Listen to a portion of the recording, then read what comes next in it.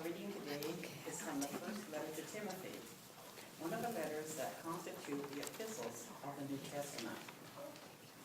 This letter was, until recently, believed to be written by Paul. After all, it begins with the words, I, Paul.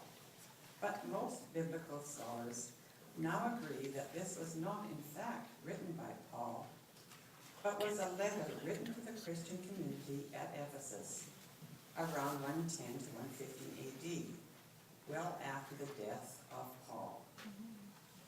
There are many reasons for scholars to suggest it is not Paul. The writing style is very different, and the focus on how to conduct church and the place of women in leadership tells us that this letter was addressed to a church already beginning to institutionalize.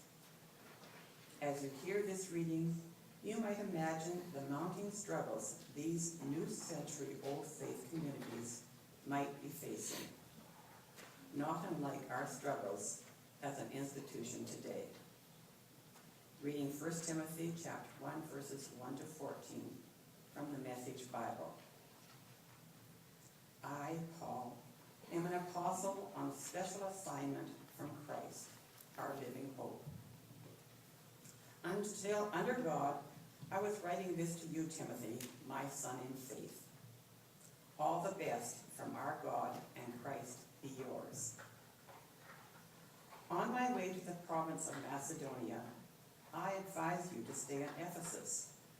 Well, I haven't changed my mind. Stay right there on top of things so that the teachings stay on track. Apparently, some people have been introducing fantasy stories and fanciful family trees that digress into silliness instead of pulling the people back into the center, deepening faith and obedience. The whole point of what we're urging is simply love. Love uncontaminated by self-interest and counterfeit faith. A life open to God. Those who fail to keep this point soon wander off into cul-de-sacs of gossip. They set themselves up as experts on religious issues, but haven't the remotest idea of what they're holding forth with such imposing eloquence. It's true that moral guidance and counsel need to be given, but the way you say it and to whom you say it are as important as what you say. It's obvious, isn't it, that the law code isn't primarily for people who live responsibly, but for the irresponsible, who defy all authority, riding roughshod over God, life, sex, truth, whatever.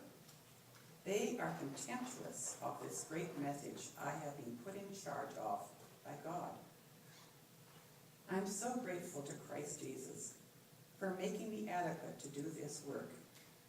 He went out on a limb, entrusting me with this ministry. The only credentials I brought to it were insulting language, witch hunts, and arrogance. But I was treated compassionately because I didn't know what I was doing, didn't know who I was doing it against. Grace mixed with faith and love poured over me and into me, and all because of Jesus. Hear what the Spirit is saying to the church.